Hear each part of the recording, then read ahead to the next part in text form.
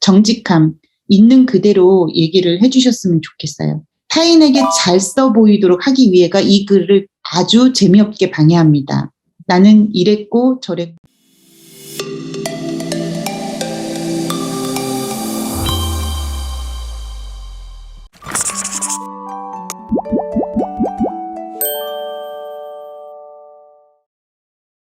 글쓰기 교사가 해야 할 딱 한 가지 일이 있다면 그건 바로 학생이 자기 자신을 발견하도록 돕는 것뿐이다 라는 책이 있습니다. 테릭 젠슨이라는 분이 쓰신 글인데요. 저는 사실 이 생각만 가지고 여러분들과 함께 글쓰기 수업을 하고 있습니다.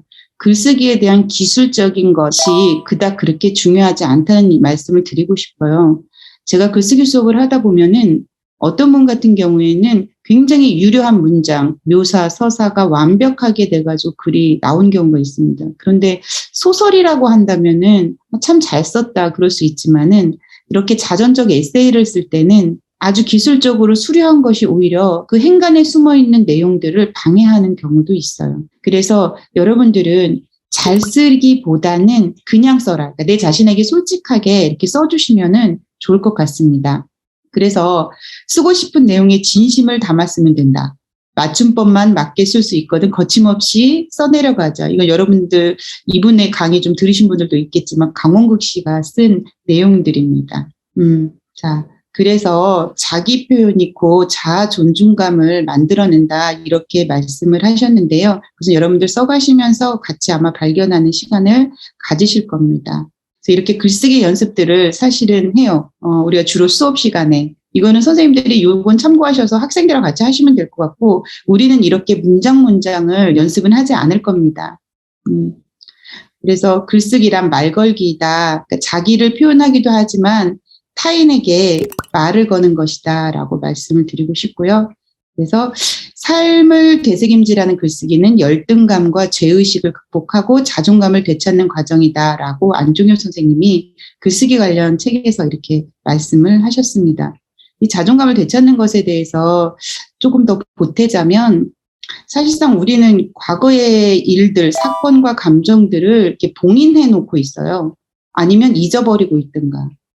그런데 그 봉인된 과거의 이야기들을 이제 굳이 왜 끄집어내서 그 슬픈 감정을 일으켜야 되나요? 라고 하는 분들도 계신데요. 과거의 그런 감정들이 현재의 발목을 붙잡는 경험들을 여러분들은 하셨을지도 몰라요. 그러니까 옛날에 어떤 상처 때문에 현재 그 상처와 관련된 사건을 겪거나 그 현재의 그 과거에 겪었던 감정들이 딱 드러날 때 굉장히 힘들거나 고통스럽거나 슬펐던 경험들을 하실 겁니다. 근데 봉인되었던 그런 과거들을 풀어헤치면 생각보다 별거 아닌 경우들이 참 많습니다. 그것은 그야말로 자기 인생을 자기 객관화하는 과정이라고 볼 수 있다고 저는 생각을 합니다.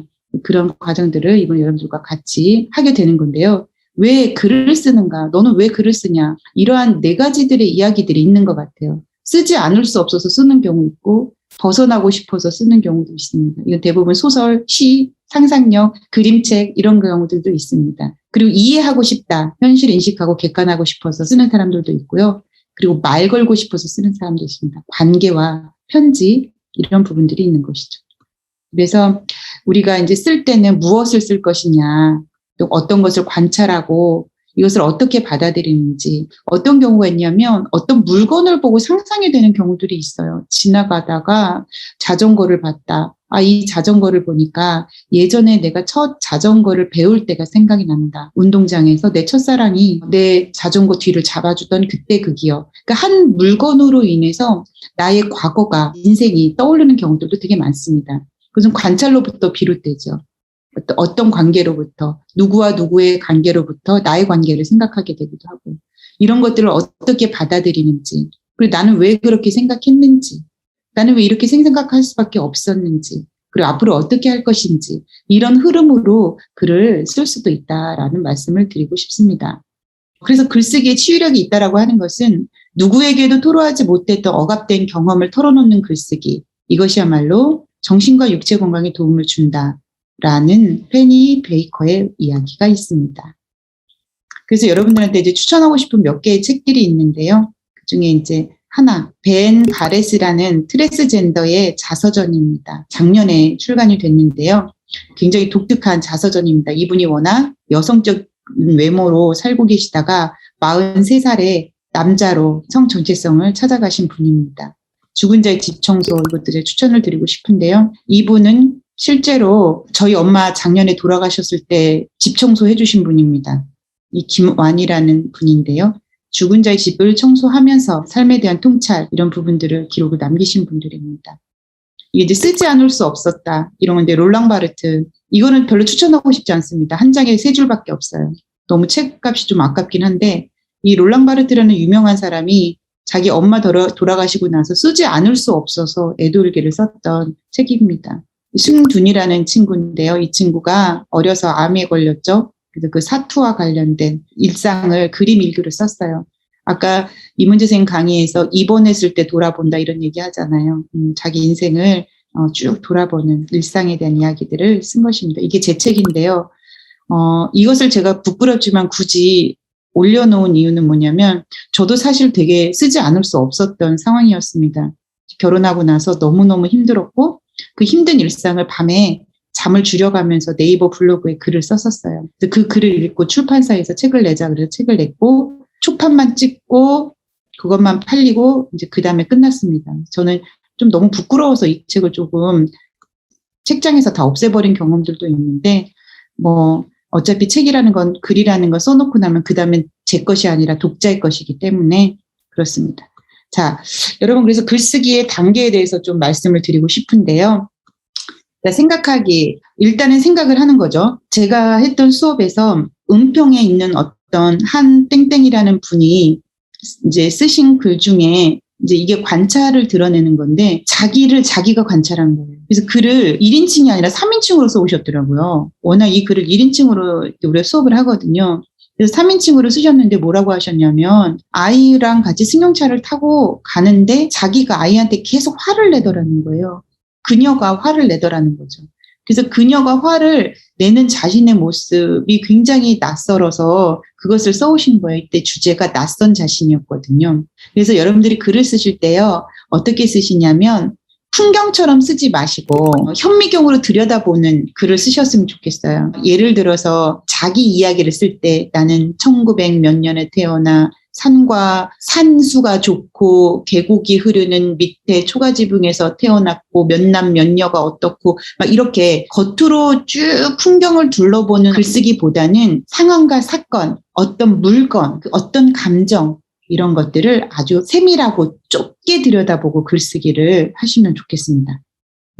정직함, 있는 그대로 얘기를 해주셨으면 좋겠어요. 타인에게 잘 써 보이도록 하기 위해가 이 글을 아주 재미없게 방해합니다.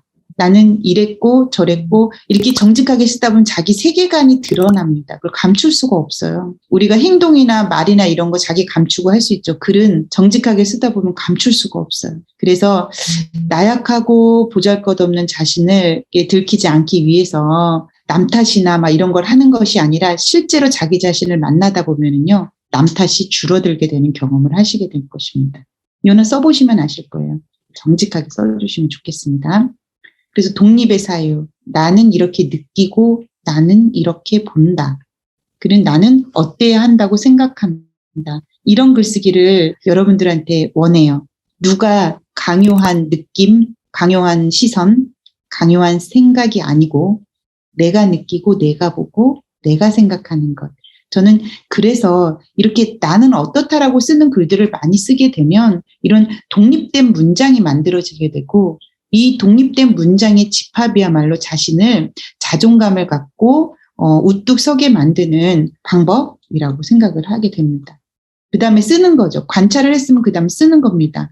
잘 쓰려고 하지 말고 긴장하지 말고 한 편의 이야기를 만들어낸다고 쓰시고요. 잘하는 것보다 하는 게 중요합니다. 너무 잘하고 싶어가지고 마감을 넘기고 얄미럽게도 딴 사람들 고칠 시간도 없어서 딱 냈는데 본인은 완벽하게 고쳐가지고 마감 시간을 훨씬 넘겨서 내는 분들 계십니다. 그리고 구체적으로 써주세요. 그리고 한순간을 포착해주세요. 사진 촬영한다고 생각해주세요. 글 쓸 때 어느 한 장면을 딱 정지시켜놓고 쓰시면 좋습니다. 아까 현미경 얘기했었죠. 이것이 글 쓸 때 아주 효과적입니다. 쓰고 나서 소리내어 읽으세요. 한 편의 글을 완성한 자신을 칭찬해주고 쓰고 나서 읽을 때 뭔가 이상하다 싶으면 그때 이제 고치기가 들어갑니다. 여러분 주로 A4 한 장 정도 쓰실 겁니다. 한 장에 다 뭐 안 들어갈 수도 있어요, 처음에는. 그래서 한 장 반 정도 쓰시는데 거기에 개요를 써주시는데요. 이번 첫 번째는 개요 안 쓰셔도 좋습니다. 첫 번째는 첫 번째 과제니까 그냥 쓰세요. A4 한 장짜리로. 나중에 설명드리도록 하겠습니다. 개요는 나중에 설명드릴게요. 그리고 고쳐쓰기, 컴퓨터 말고 프린트해서 읽어주시고 제3자의 눈으로 봐주시기 바래요. 소리내어 읽고요. 불필요한 부분을 과감하게 삭제하시고 같은 문장이나 문구, 단어를 되풀이하지 마세요.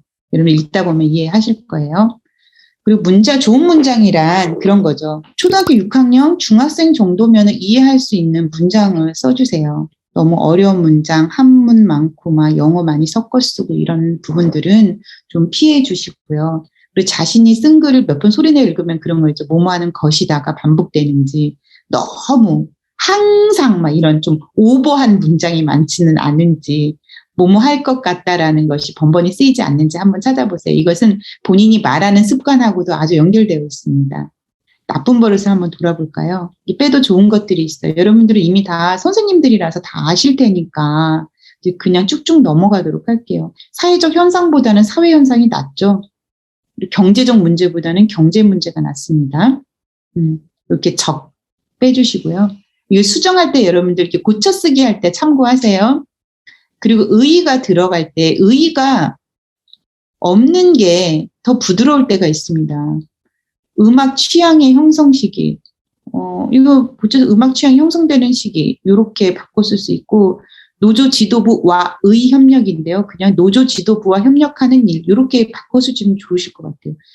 의의가 적절한가 안 적절한가를 한번 좀 보시면 됩니다. 부모와 의 화해가 우선이다. 이 의 빼도 되거든요. 부모와 화해하는 일이 우선이다. 훨씬 자연스럽습니다.